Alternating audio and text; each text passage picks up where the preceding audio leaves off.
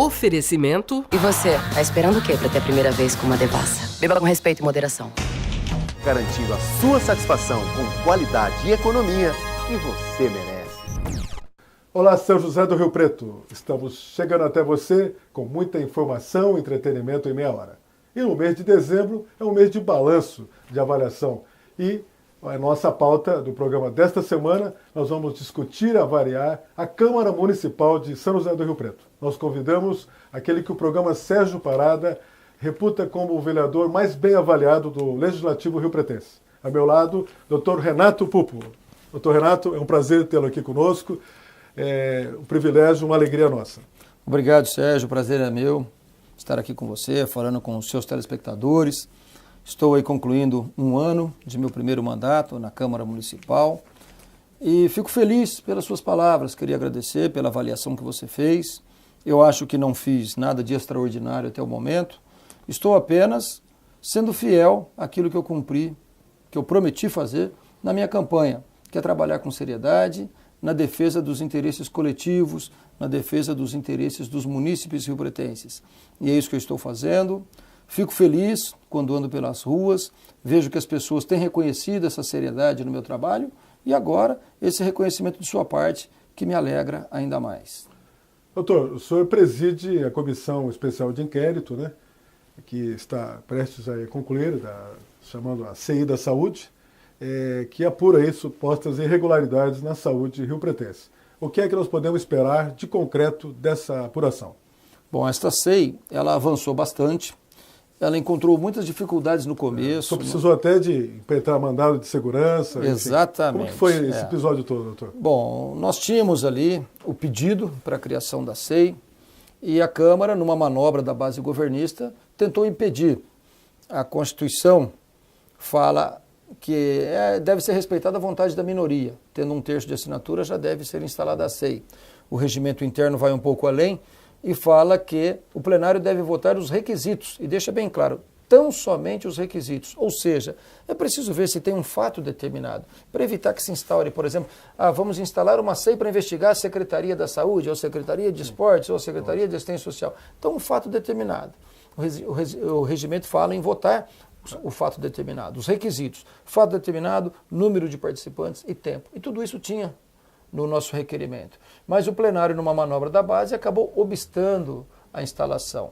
Por isso, nós somos obrigados a recorrer ao Poder Judiciário, batemos as portas do Poder Judiciário através de um mandado de segurança e o juiz Dr. Marcelo Sabá determinou a instalação. Então a CEI está caminhando bem, recorremos ao Judiciário uma segunda vez, porque encontramos uma certa resistência por parte da administração no fornecimento de alguns documentos. Então nós fomos ao Judiciário, entramos com uma representação por um mandado de busca que foi concedido, procedemos à busca, apreendemos documentos que estão sendo avaliados, mas essa CEI avançou bastante em relação aos 4 fatos determinados. Sim. E outros mais que talvez não guardem relação, mas que poderão dar ensejo, ao final, a um requerimento para a instalação de outras comissões. Gostaria de lembrar que o Dr. Renato é delegado de polícia e professor universitário da Unip. Doutor Renato, vamos conferir a participação do jornalista Tiago Passos, ele que é lá do Jornal de Hoje e da rádio Jovem Pan AM 900. Tiago, é com você. Olá, Sérgio, mais uma vez é um prazer estar aqui no teu programa, desta vez para perguntar ao vereador Renato Pupo.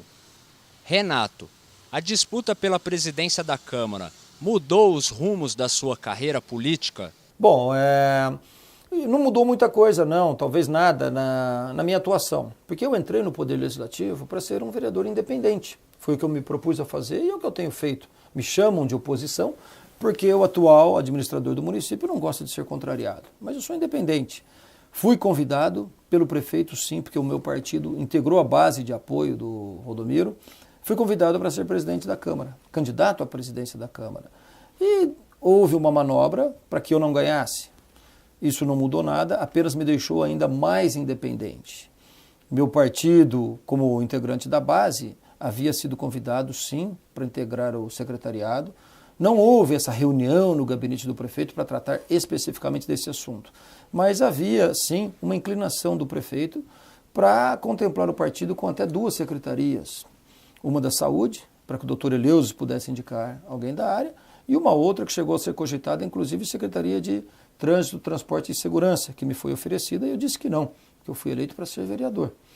Após todo aquele episódio, eu continuei o meu trabalho na Câmara com total independência, apoio incondicional do deputado Eleuzes Paiva, isso eu achei magnífico da parte dele, poderia ter 2 secretarias na mão, mas abriu mão para me apoiar, e eu faço o meu trabalho que eu me propus a fazer, que é um trabalho independente no Legislativo. Doutor Renato, para o senhor, o Legislativo Municipal é uma extensão do governo Valdomiro?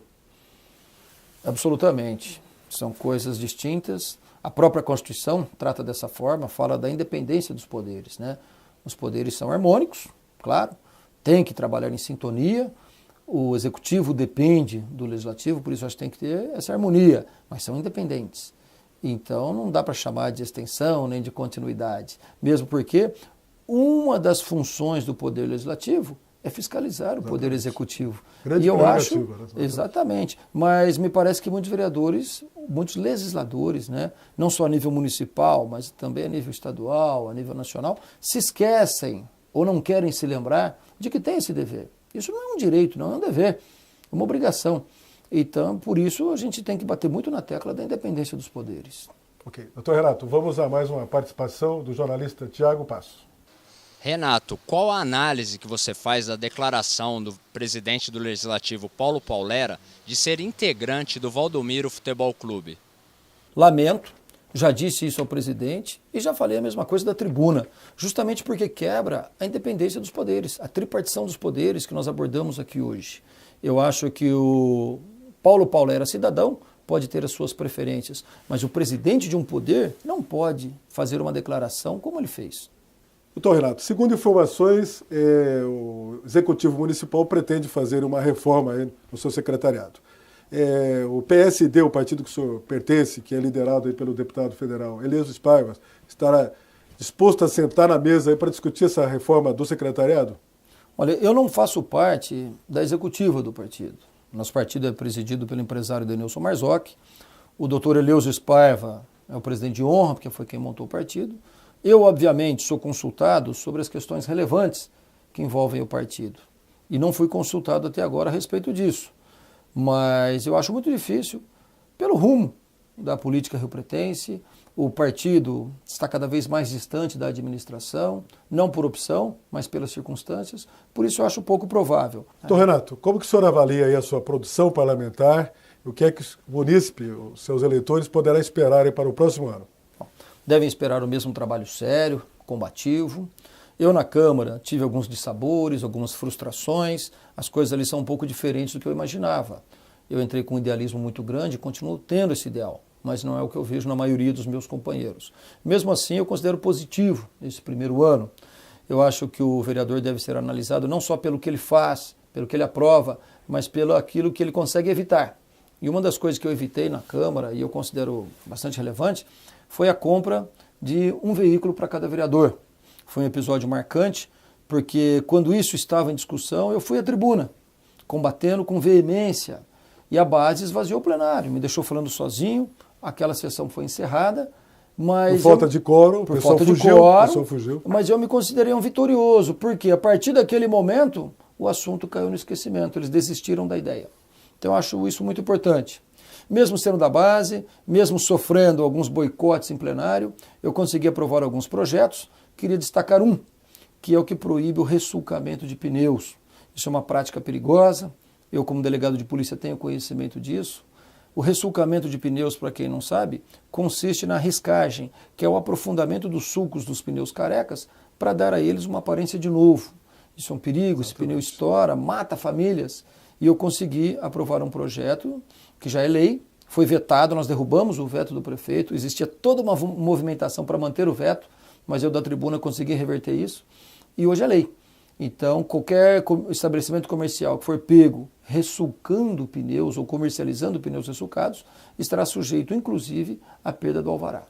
Doutor Renato, quero agradecer a sua presença aqui nesse espaço, venha mais vezes aí no ano de 2014, a sua mensagem final aos amigos telespectadores. Eu que agradeço mais uma vez, quero dizer ao povo riopretense que estarei sempre à disposição, desejo um 2014 muito bom para todos nós e que a política riopretense possa dar ao povo riopretense aquilo que ele espera, aquilo que ele merece. Um trabalho sério, combativo, sempre colocando os interesses coletivos acima dos interesses individuais. Obrigado, doutor Renato. Volta mais vezes. Obrigado. Nós vamos para o intervalo. Fique ligado. Nós voltamos já já.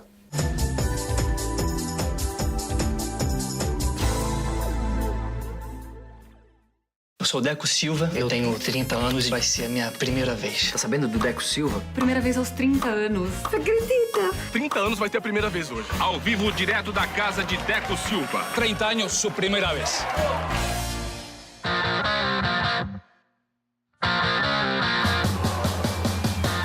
Devassa. Te pega pelo colarinho, dá água na boca e conquista pelo sabor. E você, tá esperando o quê pra ter a primeira vez com uma Devassa? Beba com respeito e moderação. Rideraço é forte. Rideraço é ferro. Rideraço é aço. Rideraço, a força do aço na sua construção.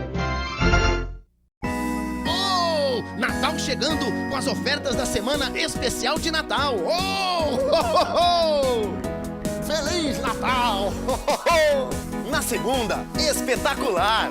Na terça e quarta, oh, oh. E as deliciosas ofertas do Muito Mais Você. Oh, oh. Na quinta e sexta verde. E tem também o fim de semana. Natal bem bom, só no Laranjão. Oh, oh.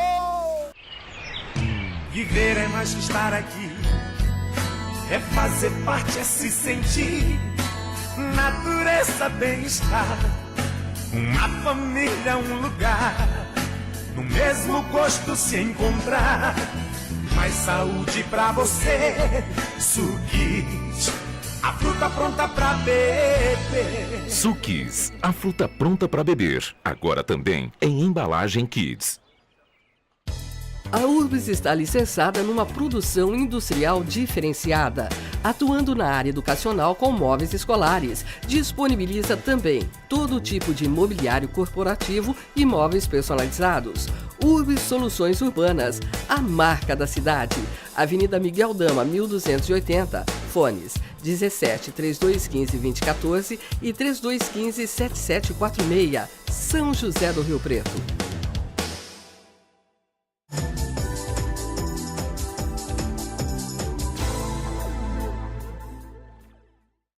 Estamos de volta e um dos objetivos desse programa é a prestação de serviço. E nesse sentido, o programa convidou a psicóloga especialista em tabagismo, doutora Juliana Bilac. Juliana, tudo bem? Tudo bem, doutor. Tá, para mim é um privilégio tê-la aqui conosco. Muito obrigada pela oportunidade de compartilhar com vocês toda a luta contra o tabagismo. Você acaba de lançar aí na América Latina, teve na Colômbia, chegou agora essa semana na Europa de Portugal, onde esteve lá na Universidade de Lisboa, né? Universidade de Medicina de Lisboa. E já havia lançado aqui em São José do Preto, você que é uma riopretense, e em São Paulo, o livro O Cigarro, Como Romper Esse Legado. Fale um pouco a respeito dessa obra. Sim, esse livro ele é fruto de um projeto desenvolvido com fumantes, num tempo de 6 anos, com duração de 6 anos, onde eu estive acompanhando 460 pessoas e dessas 460 pessoas, 70% delas deixaram de fumar. Então, a principal abordagem desse livro, ele ajuda as pessoas a compreender de uma forma mais simples, mais ampla, só que mais humana, o mundo e as relações que cercam o dependente do tabaco. E isso, ele ajuda também ao fumante a transformar a sua forma de pensar e sentir e, consequentemente, agir com relação à dependência e com relação ao objeto cigarro, né? E com os tópicos trabalhados no livro são fumantes e família, que a família tem um papel importantíssimo nessa luta, nesse processo, né? A família ou ela ajuda ou ela atrapalha, então ela precisa, inclusive, se orientar, fazer uma leitura adequada, buscar conhecimentos adequados para ajudar um ente fumante, que inclusive eu acredito muito que o núcleo da família tem uma influência muito importante no início da pessoa quando a pessoa começa a fumar. Sim. Né? E sendo um padrão de repetição intergeracional, ou seja, as pessoas copiam os modelos dos pais, dos avós, né? E o cigarro tem um papel muito importante nos legados familiares, né? Na continuidade de um legado familiar. Perfeito. Um dos tópicos que você coloca no seu livro é a importância e a contribuição das redes sociais na interrupção de todo esse processo do tabagismo. Exatamente. Como a família, também os amigos, o contexto profissional, ele pode ajudar o fumante nesse processo. Como? Dando apoio moral, não criticando, ressaltando as qualidades que podem fazer com que a pessoa as resgate e a use no processo de interrupção. Porque é muito fácil, às vezes, que geralmente nós ouvimos dentro da nossa própria família, no contexto dos amigos. Então eu vou parar de fumar. Nossa, mas eu já ouvi isso tanto. De novo você está falando que você vai parar de fumar? Né? Mas será que você vai conseguir mesmo ficar sem o cigarro? Então, ao invés de usar essas expressões, esses questionamentos pejorativos de desvalorização, de desqualificação, você dá apoio moral. Olha, você já conseguiu tanta coisa, lembra de tal situação da sua vida, você vai conseguir, sim, ficar sem o cigarro. Busca uma ajuda, né, que eu acredito que a cidade tenha alguns projetos na Secretaria da Saúde, onde as pessoas possam buscar um grupo de apoio, pessoas especialistas em tabagismo que dão suporte emocional e físico. Tá. E a contribuição aí da religiosidade em relação a esse tema? Eu acredito que seja importante, porque hoje não importa qual seja a religião, A, B ou C ou D. Eu acho que é necessário, nos dias de hoje, a pessoa ela acreditar, né, que ela vai ter uma ajuda de algo superior. Né? E isso contribui de uma forma muito positiva no processo de interrupção. Parece que dá mais confiança e mais segurança para a pessoa. Doutora, fale a respeito do fumante e o seu legado. Então, eu coloco muito que eu acho que o fumante ele é um produto de uma atitude familiar. E o legado, nas nossas famílias, existe muito o legado invisível. Né? Então, são aqueles comportamentos que são passados de gerações para gerações. E no meu estudo, no meu projeto, né, verifiquei que há um legado familiar dos fumantes. Né? Eu digo invisível porque ninguém fala assim, as pessoas falam, os familiares, seja advogado, seja médico, seja engenheiro, como seu pai, seu avô, mas ninguém fala, seja fumante como seu avô, seja fumante como seu pai. De uma forma não percebida, as pessoas carregam o legado, né? Que é no seio da família onde os comportamentos nascem. Nosso bate-papo nesse segundo bloco é com a doutora Juliana Bilac. Ela é psicóloga, especialista em tabagismo. Doutora, e as fases do fumante que você coloca aí no seu livro? Olha, é uma das coisas mais importantes que eu acredito abordadas, uma das coisas mais importantes que eu abordo nesse livro, porque as fases do fumante, ele determina exatamente o momento em que o fumante, ele precisa iniciar o processo de interrupção. Então, o que eu quero dizer com isso? Né? 90% dos pacientes chegam até meu consultório na segunda fase, que é a chamada fase de contemplação, que a característica principal é a oscilação entre medo e coragem. Vocês já ouviram dizer, eu vou, no ano que vem, dia 1º eu vou parar de fumar. Aniversário, nesse meu aniversário eu vou começar a vida nova, vou parar de fumar. Então, essa fase determina o momento correto. Na segunda fase, que é chamada fase de contemplação, né, que a pessoa, ela ela tem dúvidas entre se ela quer ou se ela quer parar de fumar, ou se ela necessita parar de fumar, que existe uma diferença. Eu quero parar de fumar porque eu desejo parar de fumar, ou eu quero porque eu penso que eu tenho que parar de fumar. Então, todos esses conflitos relacionados à ansiedade, a medo da abstinência, as angústias, o medo de ganho de peso, de deprimir, de perda de concentração, trabalhado nessa segunda fase. E eu aconselho as pessoas, os fumantes, não tomarem medicamentos nessa segunda fase. Então, quando chegam ao médico, eu acho que precisa de uma abordagem médica e uma avaliação maior para saber se pode medicar numa determinada fase. Fase que a pessoa pode fazer o uso do medicamento é na fase de ação, quando ela está preparada fisicamente, emocionalmente, para lutar nesse processo de interrupção. Então, resumindo, o momento correto da pessoa parar de fumar é quando o pensamento e o sentimento estão coerentes. Eu penso que eu vou parar de fumar porque eu sinto que eu quero parar de fumar. Não é eu penso que eu quero, mas eu não sinto que eu vou parar de fumar, ou que eu consigo parar de fumar. Então aí ela passa para a terceira fase, que é chamada fase de ação, que é onde ela realmente deve parar de fumar. Doutora, luto, a elaboração dessa perda. Então, o fato das pessoas deixarem o cigarro, eu coloco como uma opção, certo? É uma opção, é uma escolha de vida. Ela tem duas opções, uma antes de ficar doente e outra depois que já ficou doente. Exatamente.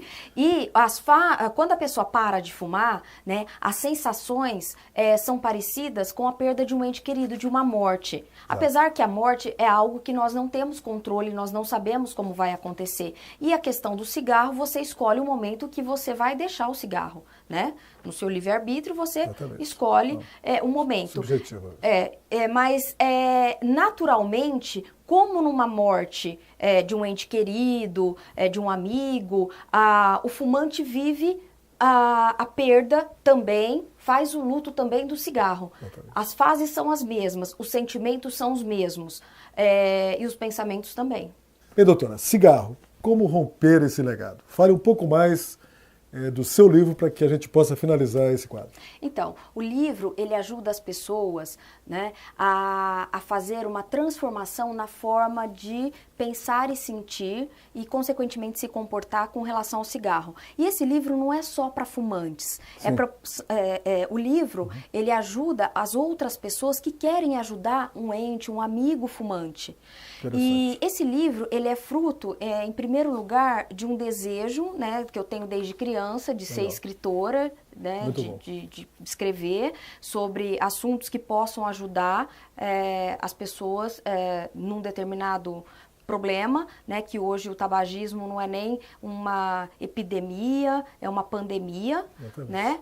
E ele esclarece, ele traz conhecimentos que às vezes as pessoas, e reflexões que às vezes as pessoas nunca pensaram e nunca conversaram com a família a respeito disso. Então ele faz uma transformação e um movimento no sistema familiar, no sistema social, inclusive na própria pessoa. Como fazer para encontrar esse livro? Eu queria que você dissesse também como que foi essa tua peregrinação aí pela América Latina, pela Europa, agora recentemente. Como é que os povos, como que as culturas estão aceitando esse tipo de debate? É uma preocupação grande, né? Esteve na Colômbia? Eu estive na Colômbia, em Bogotá. Eles estão investindo muito nessa área de tabagismo, apesar que eles já tinham, né, por exemplo, tinha um representante, eu conversei com uma representante da Organização Mundial da Saúde, e a América, ela me disse que o continente americano é o continente que mais segue as leis de uma maneira mais disciplinada. Essa representante, ela me esclareceu que os países do continente americano são os que mais investem e os que mais seguem as leis e os tratados e os acordos, né? Na Europa tem uma diversidade com relação a isso, principalmente em Portugal, né, que é um país que está bem atrasado com relação à prevenção, ao combate do tabagismo, e eles fizeram uma conferência internacional de prevenção e combate de tabagismo, levaram pessoas do mundo todo para poder debater. Então, eu vejo o seguinte, que o Brasil ele está bem à frente de alguns países, de outros países. Ok. Doutora, muito obrigado. Muito obrigada. Venha outras vezes aqui nesse espaço. A sua mensagem final aos nossos amigos telespectadores. Nós é que estamos chegando aí na reta final de 2013. 2013, olha, eu acredito assim que o parar de fumar, ele faz parte de um plano de vida, né? E que às vezes é um plano que as pessoas precisam priorizar para poder conseguir. Perfeito. Pois é. Muito obrigado, doutora. Nós vamos ficando por aqui, prometendo voltar na próxima semana. Um grande abraço a todos e até lá.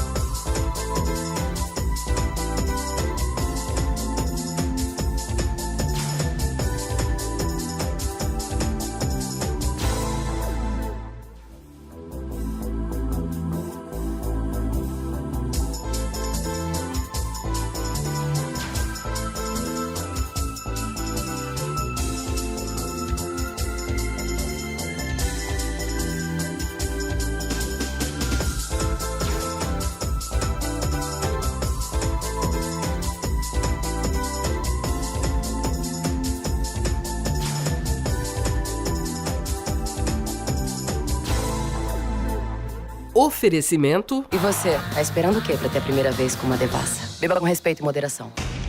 Garantindo a sua satisfação com qualidade e economia que você merece.